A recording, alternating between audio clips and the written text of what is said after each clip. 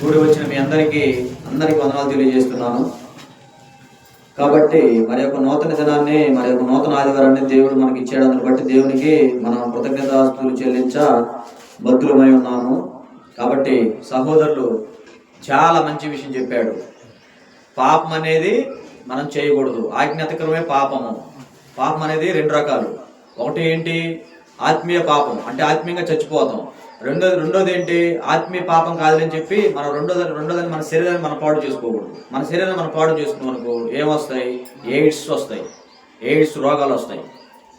మన శరీరాన్ని మనం పాడు చేసుకోకూడదు. ఇక విధమైన పాపాలు చేసి మన శరీరాన్ని మనము పాడు చేసుకోకూడదు. ఆ విధంగా మన శరీరాన్ని కాపాడుకోవాలి. ఎందుకు? మీరు విలువ పెట్టి కొనబడిన వారు మీ దేహంతో దేవుని మహిమపరచుడి. కొరింథీయులకు రాసిన మొదటి పత్రిక 6వ అధ్యాయం 20వ వచనం. చదవని అవసరం లేదులే, చదువుతున్నా. మన శరీరాన్ని కాపాడుకోవాలి, మన ఆత్మను కూడా మనం కాపాడుకోవాలి. చాలా మంచిది, చాలా మంచి సబ్జెక్ట్ చెప్పారు, చాలా బాగుంది. పరిశుద్ధంగా ఉండాలి, పరిశుద్ధత కలిగి ఉండాలి. పరిశుద్ధత కలిగి లేక మనం జీవించామనుకో ఆత్మీయంగా చచ్చిపోదాము, మన శరీరం కూడా దెబ్బతింటుంది. తర్వాత ఏం చేస్తామంటే మనం మరణానికి వెళ్ళిపోదాం. అయితే ఇప్పుడు నేను చెప్పబోయే సబ్జెక్ట్ ఏంటంటే, అంశం ఏంటంటే, మనము చాలామంది అన్ని బాప్తిజాలు ఒకటే అనుకుంటున్నారు. అన్ని బాప్తిజాలు ఒకటే, మేము కూడా క్రీస్తునామమున పొందాం కదా అంటున్నారు. కానీ బైబిల్ అలా చెప్పదు. బైబిల్ అలా చెప్పదు. ఎందుకంటే యోహాను గారు ఇచ్చిన బాప్తిజాన్ని దేవుడు ఒప్పుకోలేదు. యోహాను గారు ఇచ్చారు బాప్తిజం, దేవుడు ఒప్పుకోలేదు. అలాగే పాత నిబంధనలో మోషే గారు ఇచ్చారు, అది కూడా ఒప్పుకోలేదు, అది కూడా యాక్సెప్ట్ చేయలేదు. చూద్దాం, నేను సొంత మాట చెప్పట్లేదు, బైబిల్లోనే ఉన్నాయి. మత్తయి సువార్త 3వ అధ్యాయము 6వ వచనం.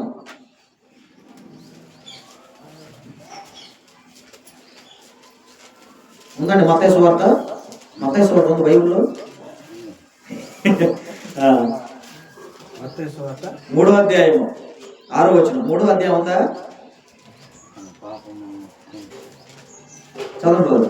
తమ పాపములు ఒప్పుకొనుచు యోర్దాను నదిలో అతని చేత బాప్తిసం పొందుచుండిరి. చాలండి. తమ పాపములు ఒప్పుకొనుచు. ఎవరు? యూదులు, శాస్త్రులు, పరిసయ్యులు, సుంకరులు. తమ పాపములు ఒప్పుకొనుచు యోర్దాను నదిలో బాప్తిసం పొందుచుండిరి. ఎవరి చేత? యోహాను గారి చేత బాప్తిసం పొందుతున్నారు. అంటే ఈ యోహాను గారు యేసు ప్రభు వారి కంటే ముందు వచ్చాడు.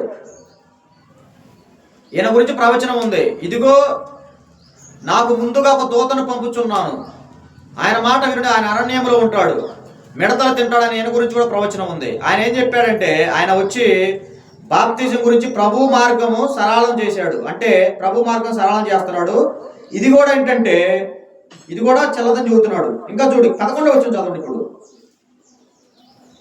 మత్తయి సువార్త 3వ అధ్యాయం 11వ వచనము.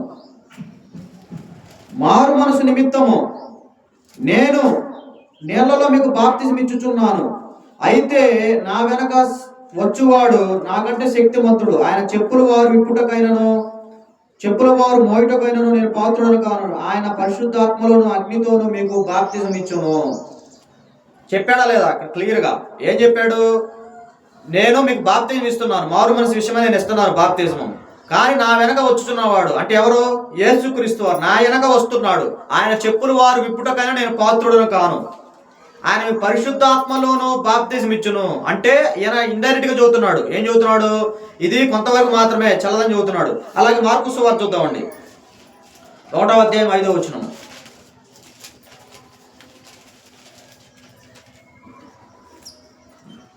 మార్కు సువార్త 1వ అధ్యాయం 5వ వచనము, పేజీ నెంబర్ 31. అంతటా యూదయ దేశస్థులందరూ యెరూషలేము వారందరూ బయలుదేరి అతని వద్దకు వచ్చి తమ పాపములు ఒప్పుకొనుచు యోర్దాను నదిలో అతని చేత బాప్తిస్మము పొందుచుండిరి.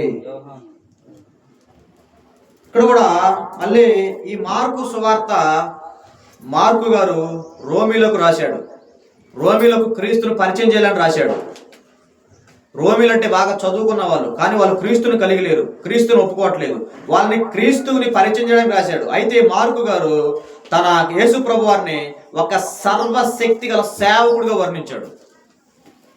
మత్తయి గారేమో యూదులకి ఈయన యూదుల రాజుగా పరిచయం చేశాడు, వర్ణించాడు. ఈ మార్కు గారు యేసు ప్రభువును ఒక సర్వశక్తి గల సేవకుడిగా వర్ణించాడు. సర్వశక్తి గల సేవకుడిగా వర్ణించాడు. అంటే సేవకుడు అంటే ఇలా ఉండాలి, సువార్తికుడు అంటే ఇలా ఉండాలి, ఈ విధంగా నడుచుకోవాలి, ఈ విధంగా చేయాలని రాస్తున్నాడు. అయితే వాళ్ళు బాప్తిజం పొందారు. యూదా దేశస్తులు యెరూషలేము వారందరూ బయలుదేరి తమ పాపములు ఒప్పుకొని అతని చేత బాప్తిజం పొందారు. ఓకే, బాప్తిజం పొందిన తర్వాత ఏం జరిగింది? మళ్ళీ ఆయన 8వ వచనం చదవండి. నేను నీళ్ళలో మీకు బాప్తిజం ఇచ్చితిని గాని ఆయన పరిశుద్ధాత్మలోను మీకు బాప్తిజం ఇచ్చినని చెప్పి ప్రకటించున్నాను. నేను అంటే యోహాను గారు, నేను నీళ్ళలో మీకు బాప్తిజం ఇచ్చుచున్నాను, బాప్తిజం ఇచ్చిందని గాని ఆయన పరిశుద్ధాత్మలో మీకు బాప్తిజం ఇచ్చినని ప్రకటించుచుండేను. అంటే తాత్కాలికంగా ఇది పనిచేసేది, తర్వాత యేసుక్రీస్తు వారు వచ్చిన తర్వాత ఇది పనిచేయదు అని చెబుతున్నాడు. అలాగే లూకా సువార్త 7వ అధ్యాయం 29.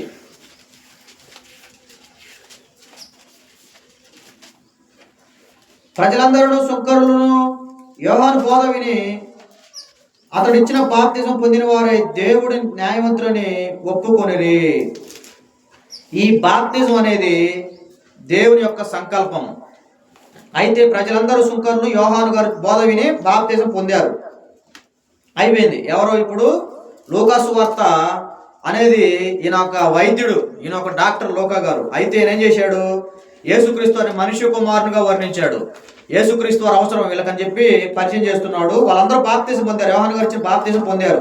ఓకే, అయిపోయింది. బాప్తిజం పొందిన తర్వాత మళ్ళీ ఎవరు పొందారంటే 2 వ్యక్తులు ఇశ్రాయేలు పొందారు పాత నిబంధనలో. మా కొరింథీయులకు రాసిన మొదటి పత్రిక 10వ అధ్యాయం 2వ వచనము.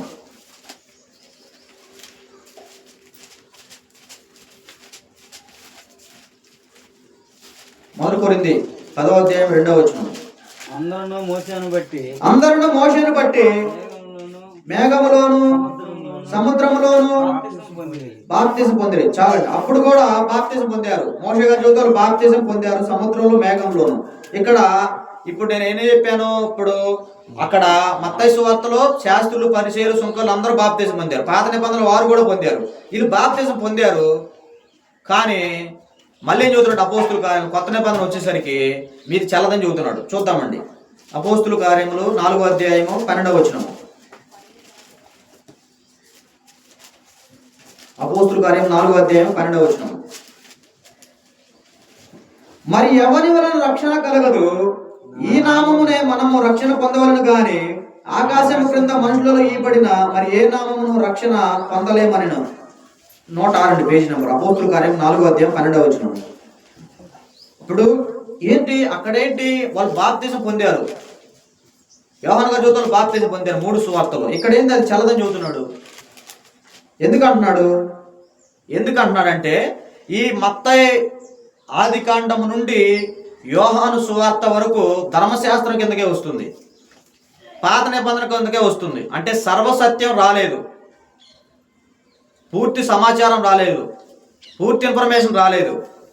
కాబట్టి ఇక్కడ ఏమంటారు? మరి ఎవని వలన అంటే ఏ మనుషుని వలన, ఎవడి వలన రక్షణ కలగదు. రక్షణ అంటే అర్థం ఏమిటంటే పాప విముక్తి, నిత్య జీవము నుండి వీడు నిత్య జీవములో ఉండుట, సకల దుర్నీతి నుండి విమోచించుట, దీనిని రక్షణ అంటారు. దీన్ని యేసుక్రీస్తు వారు ఇచ్చే రక్షణ అంటారు. రక్షణని గ్రీకు భాషలో ఏమంటారంటే సోటేరియా, అనగా విడుదల, కాపాడుట అని అంటారు. అర్థమైందా? రక్షణ అంటే విడుదల, కాపాడుట, పాప విముక్తి, దుర్నీతి నుంచి విమోచించబడుట. అంటే యేసుక్రీస్తు వారు మనల్ని రక్షించడానికి, కాపాడడానికి మాత్రమే వచ్చాడు. దేని నుంచి రక్షించడానికి, దేని నుంచి కాపాడడానికి వచ్చారు? పాపము నుండి. ఒరే నాయనా, ఆదాము నా మాట వినలేదురా బాబు, వాళ్ళని గెంటేశాను, ఆజ్ఞ అతిక్రమించి చెప్పిన మాట వినలేదు, పాపంలో పడ్డారు, అందుకే నా కుమారుడైన యేసుక్రీస్తు వారిని పంపిస్తున్నాను. ఆయన మీ పాపం నుంచి విముక్తి కలిగిస్తాడు, మీ పాపాలు తీసివేస్తాడు, ఆయనకి సర్వాధికారం ఉందిరా బాబు, ఆయన మాట వినండిరా బాబు అని చెప్పి చెప్పుకుంటూ వస్తున్నాడు. చెప్పుకుంటూ వస్తే ఏమంటున్నాడు? రక్షణని ఆ విధంగా చెప్పుకుంటూ వస్తున్నాడు. అయితే ఇక్కడ ఏం చెబుతున్నాడు? మరి ఎవరి వలన అంటే భూమి మీద ఉన్న ఏ పేరు పెట్టుకున్న వాని వలన రక్షణ కలగదు, అంటే కాపాడటానికి వీల్లేదు అని అంటున్నాడు. ఈ నామమునే అంటే ఏంది? క్రీస్తు నామమునే, యేసుక్రీస్తు నామమునే అంటే పేరునే, యేసుక్రీస్తు అని పేరు, క్రీస్తు పేరునే మనము రక్షణ పొందవలెను. మనము అంటే అందరం, భారతదేశంలో 133,000 కోట్ల జనాభా ఉన్నారు. మనము రక్షణ పొందవలను గాని ఆకాశము క్రింద మనుషులలో ఇయ్యబడిన ఆకాశం కింద ఒక పేరు పెట్టుకున్నారు. ఏం పేరు పెట్టుకున్నారు? రకరకాల పేర్లు పెట్టుకున్నాడు. ఒకడు వస్తానని పెట్టి, ఒక అతను వస్తానని పెట్టిండు, ఒకడు పెంతుకోస్తని పెట్టిండు, ఒకడు సిఎస్ అని పెట్టిండు, ఒకడు లోదరని పెట్టిండు. అదే అన్నాడు, మనుషులలో ఇయ్యబడిన ఏ నామమును రక్షణ పొందులేమనను. మనుషులు మీరు పెట్టుకున్న ఏ పేరులో రక్షణ లేదు. అంటే ఏ పేరులో మీరు కాపాడటానికి, మీరు విడుదల పొందడానికి, పాపం నుంచి విడుదల పొందడానికి, కాపాడటానికి వీలు లేదు. ఎందుకంటే బాప్తిజం అంటే అల్లాటప్పగా తీసుకునేది కాదు. బాప్తిజానికి ముందు ఏం చేయాలంటే మొత్తం 5 పాయింట్లు ఉన్నాయి. వినుట, నమ్ముట, మారు మనసు పొందుట, ఒప్పుకొనుట, పాప క్షమాపణ కొరకు బాప్తిజం పొందుట. అలాగే బాప్తిజం అంటే కూడా అర్థం ఉంది. బాప్తిజం అంటే అర్థం ఏంటి? ముంచుట, పాతి పెట్టబడుట, సమాధి చేయుట. ఇవన్నీ బైబిల్లో ఉన్నాయి, లేఖనాలు ఉన్నాయి. ఇవన్నీ ఎక్కడుంది? బాప్తిజం అంటే అర్థం రోమిల్లోకి రాసిన పత్రిక 6వ అధ్యాయం 3-4 వచనాల్లో ఉంది. పాతి పెట్టబడుట. అలాగే కొలస్సీలకు రాసిన పత్రిక 2వ అధ్యాయం 12వ వచనంలో ఉంది. బాప్తిజం అంటే తిరిగి లేచుట.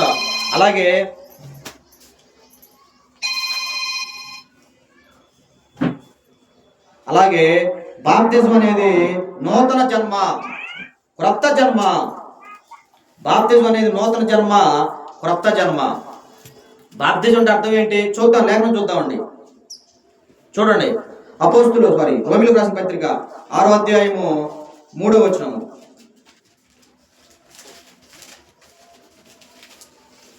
రోమిలకు రాసిన పత్రిక 6వ అధ్యాయము క్రీస్తులోనికి బాప్తిస్మము పొందిన మనమందరము, క్రీస్తులోనికి బాప్తిస్మం పొందిన మనమందరము ఆయన మరణంలోనికి బాప్తిస్మం పొందితిమని మీరు ఎరుగరా. కాబట్టి తండ్రి మహిమ వలన క్రీస్తు మృతుల్లో నుండి ఎలాగ లేపబడినో అలాగునే మనుషుడు నూతన జీవమును పొందిన వారై నడుచుకున్నట్లు మీరు బాప్తిజం వలన మరణంలోనికి పాలు పొందుటకు ఆయనతో కూడా పాతి పెట్టబడితిమి. అంటే బాప్తిజం అర్థం ఏంటి? పాతి పెట్టబడుట అర్థం. మరి మీకు బాప్తిజం అనేది అర్థం తెలిసిందో లేదో నాకైతే తెలియదు. బైబిల్ అయితే చదువుతుంది. బాప్తిజం అర్థం పాతి పెట్టబడుట. నేను బతుకున్నాగా నేను ఎలా పాతి పెట్టబడతాను? మీకు డౌట్ వచ్చింది, అనుమానం వచ్చింది. అంటే ఏంది? లోకంలో నుంచి పాతి పెట్టబడాలి. అంటే ఒక వ్యక్తిని చచ్చిపోయినప్పుడు ఏం చేస్తారు? గుంత తీసి ఎల్లెలుగా పడుకోబెడతారు. అంతేనా కాదా? అంతే అనుకున్నప్పుడు అతను ఏంది? చనిపోయాడు, భౌతికంగా పాతి పెట్టారు. అలాగే ఒక వ్యక్తి కూడా బాప్తిజం పొందాలంటే తన అలవాట్లని, పద్ధతుల్ని, పనుల్ని చంపుకోవాలి, విసర్జించాలి, మానవేయాలి. ఇప్పుడు మనం బయటికి వెళ్తాం, బయటికి వెళ్ళిన తర్వాత మలమూత్ర విసర్జన చేస్తాం. మనం బయటికి పోయిన తర్వాత మళ్ళీ మలమూత్ర విసర్జన చేసిన తర్వాత మన చెడ్డ పదార్థాన్ని మళ్ళీ చూస్తామా? ఇప్పుడు ఒక కుక్క చనిపోయింది, రోడ్డు మీద వెళ్తా, ఆ కుక్కను మనం వాసన వస్తుంది, మళ్ళీ ఎనికిపోయి చూస్తామా? ముక్కులు పగిలిపోయి వాసన వస్తుంది. విసర్జిస్తామా లేదా? విసర్జించడం అనేది సంస్కృత పదం. వదిలేయాలి, చంపివేయాలి. అలాగే మీరు పాతి పెట్టబడాలి. క్రీస్తు యేసుకి బాప్తిజం పొందిన మీరు అందరూ, అలాగే క్రీస్తు యేసు వారు బాప్తిజం పొందాడు. బాప్తిజం పొందిన ఆయన తన శరీరాన్ని నల్లగొట్టుకున్నాడు, పాతి పెట్టబడి. ఇంకొకటి చూద్దామండి. కొలస్సీలకు రాసిన పత్రిక 2వ అధ్యాయము 12వ వచనము.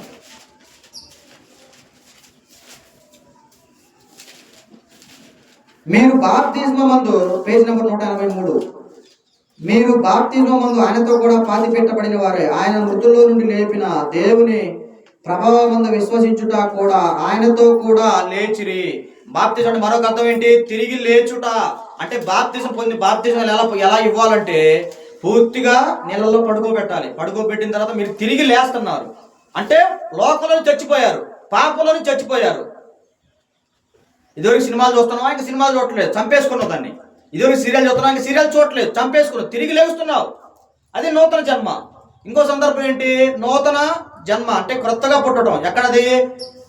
యేసు ప్రభు వారితో మాట్లాడుతున్నాడు. యూదుల అధికారి నికోదేము, యోహాను సువార్త మనకు తెలిసిన విషయమే. అయ్యా నువ్వు దేవుని దగ్గరకు వచ్చావు, నిజం మాట్లాడుతున్నా, మంచి విషయాలు చదువుతున్నావు అంటే ఒకడు నీటి మూలంగా ఆత్మ మూలంగా జన్మించాలంటే అని అడుగుతున్నా అని నీటి మూలంగా ఆత్మ మూలంగా జన్మించాలని యేసు ప్రభు వారిని యేసు ప్రభు వారు చదువుతున్నాడు. ఆయన ఏమంటున్నాడు, ఒకసారి నేను తల్లి గర్భంలోంచి బయటకు వచ్చా కదా, మళ్ళీ తల్లి గర్భంలోకి ఎలా పోతానంటే అది నేను చెప్పేది వేరు, నువ్వు చెప్పేది వేరయ్యా. ఇది ఆత్మీయంగా నీటి మూలంగా ఆత్మ మూలంగా జన్మించాలి, నీటి మూలంగా ఆత్మ మూలంగా జన్మించాలి. బాప్తిజం అనే పదానికి అర్థం తెలియకుండా కూడా బాప్తిజం తీసుకుంటున్నారు. మనము మారు మనసు అంటే పదానికి మారు మనసు అనే పదానికి అర్థం తెలియకుండా మనం మారు మనసు పొందిన బాప్తిజం తీసుకుంటున్నాం. బాప్తిజం అనేది ఏంటి, ఇష్టపూర్తిగా జరగాలి. బాప్తిజం అంటే మీనింగ్ తెలియాలి, బాప్తిజం అంటే అర్థం తెలియాలి. ప్రతి ఒక్కటి బైబిల్లో ప్రతి ఒక్కటి ఆధారం ఉన్నది. బాప్తిజం అంటే అర్థం ఏంటి, మారు మనసు అంటే అర్థం ఏంటి, ఏ విధంగా తీసుకోవాలి బాప్తిజం, ఏ విధంగా వినాలి, మీరు బాప్తిజం ఏ విధంగా పొందారు, ఏం చెప్పాడు, క్రీస్తు గురించి వినాలి. క్రీస్తు గురించి మనం విన్నామా? వినలేదు. ఇప్పుడు క్రీస్తు గురించి వినలేదు. మనము క్రీస్తు గురించి ఎందుకు వినాలి అని, మన పాపాలు ఎంతో చనిపోయాడని వినాలి. రెండోది ఏంటంటే నమ్మాలి, యేసుక్రీస్తు మన పాపాల కోసం చనిపోయి తిరిగి లేచాడని నమ్మాలి. ఈ విధంగా చేసుకోవాలి. మరి ఏమన్నా, మరి ఎవని వల్ల రక్షణ కలగదు, ఈ నామమునే రక్షణ కలిగిద్ది. ఎందుకు ఈ నామ రక్షణ కలిగిద్ది? దానికి విలువిచ్చాడు. అపోస్తుల కార్యం 2వ అధ్యాయం 21 వచనము. అపోస్తుల కార్యం 2వ అధ్యాయము 21 వచనము. అపోస్తుల కార్యం 2వ అధ్యాయము 21 వచనము. అప్పుడు ప్రభువు నామమున బట్టి ప్రార్థన చేయి వారందరూ రక్షణ పొందుదురు అని దేవుడు చెప్పుచున్నాడు. చాలండి. ఏంటది? అప్పుడు ప్రభు నామమును బట్టి ప్రార్థన చేయి వారందరూ రక్షణ పొందుదురు. గమనించండి, చూడు ఎలా వస్తుందో బోధ. అక్కడ ఏమన్నాడు, మరి ఎవని వల్ల రక్షణ కలగదు, ఈ నామం రక్షణ అన్నాడు. ఇందాక 4 అపోస్తుల 4:12. ఇక్కడ ఏమన్నాడు, అప్పుడు ప్రభు నామమును బట్టి ప్రార్థన చేయి వారందరూ రక్షణ పొందుదురు అని దేవుడు చెప్పుచున్నాడు. ప్రభు నామం అంటే ఏంటి? ప్రభు అంటే అర్థం ఏంటి? ప్రభు అంటే అర్థము పరిపాలించేవాడు, రాజు, దేవుడు అని అర్థము. దేవుడు అని అర్థం. అందుకే దేవుని సంఘంలో జనులు ఎలాగో ప్రవర్తించాలంటాడు అపోస్తలుడైన పౌలు గారు, తిమోతి గారు. దేవుని సంఘంలో అంటే ఏంటి? క్రీస్తు సంఘం, బైబిల్ సంఘం. ప్రభు నామం బట్టి ప్రార్థన చేయి వారందరూ రక్షణ పొందుదురు. మనుషులు పెట్టుకునే ప్రభు నామం ఎలా అయితే, వాటికి ఆధారం ఏంటి? బైబిల్ ఏది, వాళ్ళకి లేఖనం ఏది, వాక్యం ఏది? ఏం చెబుతున్నాడు యేసు ప్రభు వారు? లేఖనములు నన్ను గూర్చి సాక్ష్యం ఇచ్చుచున్నవి. మీరు లేఖనాలు పరిశీలించిన వాటి ద్వారా నిత్య జీవం ఉన్నది. యోహాను సువార్త 5వ అధ్యాయం 39. లేఖనాలు నన్ను గూర్చి సాక్ష్యం ఇచ్చున్న వాటిని పరిశీలించడం మీకు నిత్య జీవము. ఏమన్నాడు యేసు ప్రభు వారు? యోహాను సువార్త 14వ అధ్యాయం 6వ వచనము, యేసు నేనే మార్గము, నేనే సత్యము, నేనే జీవము, నా ద్వారానే తప్ప. అంటే ఆయన క్లియర్గా చెబుతున్నాడు, నేను మిమ్మల్ని తీసుకెళ్ళాలి పరలోకం, నేను వెళ్తున్నాను, మీకు స్థలాలు సిద్ధపరుస్తాను, లేని వాళ్ళని చెప్పుదును, మీరు కలవరపడొద్దు అని క్లియర్గా వాక్యం చెబుతుంటే, లేఖనం చెబుతుంటే అన్ని బాప్తిజాలు ఒకటి ఎట్టయితే బాప్తిజం ఒకటే అంటున్నాడు. బాప్తిజం ఏ విధంగా వీళ్ళ కూడా మార్గం ఉంది. అన్ని చదువుతుంటే అన్ని ఒకటేనని మనం ఎలా పడితే అలా తీసుకున్నామంటే ఏం చేస్తామంటే మనమే శాపాన్ని పొందుకుంటాం. పౌలు గారు ఏమన్నాడంటే, ప్రేమ కలిగి సత్యం చదువుతున్నారా నీకు అంటున్నాడు. నేనులాగా మీకు ప్రేమ కలిగి సత్యం చదువుతున్నాను. మనందరం బాగుండాలి, మనందరం పరలోకం వెళ్ళాలి. అందుకే మనం వస్తుంది. అందుకేనా పరలోకం పాలన వస్తున్నావా, లేకపోతే నరకానికి పాలన వస్తున్నావా? పరలోకం పాలు దేవుని చూడాలనేగా. దేవుని చూడాలనుకున్న పరలోకం పాలనప్పుడు ఏంటంటే మనందరం సత్యం కలిగి, మనందరం సత్యం పరంగా సత్యంలో ఉండి సత్యంలోనే జీవించాలి, సత్యంలోనే తీసుకోవాలి. ఆ విధంగా మనకు లేఖనం చదువుతుంది. అలా కాకుండా మనం ఎట్ట పెడతారు తీసుకున్నాం అనుకో, ఏమంటాడంటే మీరు ప్రభు పాత్రలోనిది దెయ్యముల పాత్రలోనిది త్రాగనేరరు. ప్రభు బలంలో దెయ్యం బలంలో తాగలేదు. చూద్దాం, కొరింథీయులకు రాసిన పత్రికలోనే ఉంది. కొరింథీయులకు రాసిన మొదటి పత్రిక 10వ అధ్యాయము 21వ వచనం. కొరింథీయులకు రాసిన మొదటి పత్రిక 10వ అధ్యాయము 21వ వచనం. మీరు ప్రభు పాత్రలోనిది దెయ్యముల పాత్రలోనిది కూడా త్రాగనేరరు. ప్రభు బల్ల మీద ఉన్న దానిలోను దెయ్యముల బల్ల మీద ఉన్న దానిలోను కూడా పాలు పొందనేరరు. మీరు ప్రభు పాత్రలోనిది. ప్రభు పాత్ర అంటే ఏంటి? నిజమైన సంఘం, నిజమైన ఆరాధన. దాంట్లో ఉండి దాంట్లో బాప్తిసం పొంది మీరు ప్రభు రాత్రి భోజనం తీసుకోవాలా. మీరు ఎక్కడెక్కడో తీసుకొని వచ్చి ఇలా ప్రభు దాంట్లో తీసుకున్నారంటే ఏం చేసిందంటే సాతాను దూరిద్ది. దాంట్లో ఎటువంటి అనుమానం లేదు, ఎటువంటి డౌట్ లేదు. ఇస్కరియోతు యోధాలో ఏం జరిగిందంటే ఏకాడికి ఆయన పట్టియాలని చెప్పి బాగా ధనపిచాచి పట్టుకొని డబ్బు దయ్యం పట్టుకొని మళ్ళీ వచ్చాడు ప్రభు రాత్రి భోజనం తీసుకోవాలి. కానీ ప్రభు రాత్రి భోజనం తీసుకోకుండా ఎమ్మటనే సాతాను దూరి యేసుప్రభు అన్నాడు నువ్వు చేసేపి యోధా, నువ్వు నువ్వేం చేయాలనుకున్నా అది చేసేయమన్నాడు. నువ్వు చేయాలనుకుని చేసే. అప్పుడు పోయి ఇస్కరియోతు యోధా యేసుప్రభు వారిని అప్పగించాడు. వెంటనే ఏం చేశాడంటే అతనికి మనశ్శాంతి లేదు, ఆ నిరపరాధిని అనవసరంగా అప్పగించాను, ఏ తప్పు చేయలేదు, ఏ పాపం చేయలేదు అని చెప్పి ఉరిపెట్టుకొని చనిపోయాడు. మనము ఆ విధంగా ప్రభు పాత్రలోని అది మీరు దెయ్యాల పాత్రలోని త్రాగకూడదు. ఇప్పుడు ఎవరు సువార్త చెప్పట్లేదు, భిన్నమైన సువార్త చెప్పి బాప్తిసం ఇస్తున్నారు. అది చెల్లిద్దా? నేను ఒకళ్ళు విమర్శించడం కాదు, బైబిల్లో ఉన్నదే నేను చెబుతున్నాను. ఏది నాకు తెలిసింది నేర్చుకున్నది మీకు చెప్పాలని ఆతృత. మనందరం బాగుండాలి. ఏమన్నాడు పౌలు గారు? నేను మీకు నిజం చెబుతున్నాను, మీరు బాగుండాలి, ఆత్మీయంగా ఎదగాలి, సంతోషంగా ఉండాలి. మీరు ఆత్మీయంగా ఎదగలేదనుకో, సంతోషంగా లేదనుకో, మనం ఏం చేయాలి? అప్పుడు దేవునికి దూరం అయిపోతాం. ఇప్పుడు ఆధారాలు ఉండాలి కదా. మరి ఎవరి వల్ల రక్షణ కలగదు? ఈ నామమే రక్షణ. ఎందుకు అక్కడ అంత క్లియర్గా చెబుతున్నాడు? లూకా గారు అంత క్లియర్గా స్పష్టంగా చెబుతున్నాడు. లూకా గారి ద్వారా దేవుడు చెప్పేస్తున్నాడు. అది చాలా విలువైంది. కాబట్టి ఈ నామం అనే పేరు, ఈ పేరుకున్న విలువ ఏంటంటే దాదాపు బైబిల్లో 66 పుస్తకాలు ఉంటే 47 పుస్తకాలు ఈ మాటే రాయించాడు పరిశుద్ధాత్మ దేవుడు. నామం అనే పేరే దాదాపు 200 సార్లు పైగా రాయించాడు. నామం అనే పేరు, నామం అనే పదాన్ని. ఎందుకు? దానికి విలువ ఉంది కాబట్టి. మేము క్రీస్తునేగా ప్రకటిస్తుంది, మేము క్రీస్తు గురించే చదువుతుంది, మేము క్రీస్తులో బాప్తిసం అంటే ఎలా కుదిరిద్ది? ఒరిజినల్ నోటికి డూప్లికేట్ నోటికి తేడా తెలియదా? ఒక గ్లాసు పాలలో అంత కారం మెతికెత్తే పాలు అవుతాయా, ఇరిగిపోతాయా? ఖచ్చితంగా ఇరిగిపోతాయి. అవి పాలు అవ్వవు. అలాగే సత్యం అబద్ధం రెండు కలిస్తే ఏమవుతాయి? సత్యం అబద్ధం కలిస్తే అబద్ధం అయింది, నిజం కాదు. అదే భిన్నమైన సువార్త, భిన్నమైన అదే బాప్తిజం అంటే మొత్తం అర్థం ఉంది. ఆ విధంగా వాళ్ళకి తెలియదు. ఏదో బాప్తిజం పొందమని తీసుకుంటారు. బాప్తిజం అంటే అర్థం ఏంది? మనస్ఫూర్తిగా జరగాలి, ఇష్టపూర్తిగా జరగాలి. మరి ఎవరి వల్ల రక్షణ కలగదు? బాప్తిజం పొందడం ద్వారా ఏంటంటే నువ్వు రక్షింపబడతావు. అంటే టోటల్గా నువ్వు నరకం నుంచి తప్పించబడతావు. మళ్ళీ అందంగానే సరికాదు, మళ్ళీ మనల్ని మనం కాపాడుకోవాలి. ప్రతిరోజు ప్రార్థన చేసుకోవాలి, ప్రతిరోజు బైబిల్ చదివించుకోవాలా, లేకపోతే చదువుకోవాలా, మళ్ళీ మనం చేసుకోవాలి. ఎందుకంటే బాప్తిజం పొందిన కాడి నుంచి సాతాను నీ మీద దాడి చేసిద్ది. ఎప్పుడు పడగొడదామని యేసు ప్రభు వారినే పడగొట్టాలని చూసింది, కానీ ఆయన వంగలేదు. సాతానికి వాక్యం కూడా తెలుసు. సాతానికి బైబిల్లో ఉన్న వాక్యం చూపించేసి ప్రభు వారిని పడగొట్టాలని చూసింది. నువ్వు దేవుని కుమారుడు రాళ్ళను రొట్టెలుగా చేసుకుని తిను, నువ్వు దేవుని కుమారుడు ఇక్కడ నుంచి దూకు, ఇవన్నీ లోకాన్ని మొత్తం చూసి నాకు మొక్కమానం. దేవుని వాక్యం చూపించే దేవుని యేసు ప్రభు వారిని పడగొట్టాలని చూసింది, కానీ యేసు ప్రభు వారు లొంగలేదు. ఆ విధంగా మనము చూసుకోవాలి. ఇంక ఏ నామం రక్షణ కలగదు, దాంట్లోనే మనము ఉండాలి, దాంట్లోనే మనము తీసుకోవాలి, మనము పరిశీలించుకోవాలి. బాప్తిజం అనేది ఎలా పడితే అలా తీసుకుంటే చెల్లుబాటు కాదు. బాప్తిజాన్ని పొందడానికి 5 మెట్లు ఉన్నాయి. ఏంటి?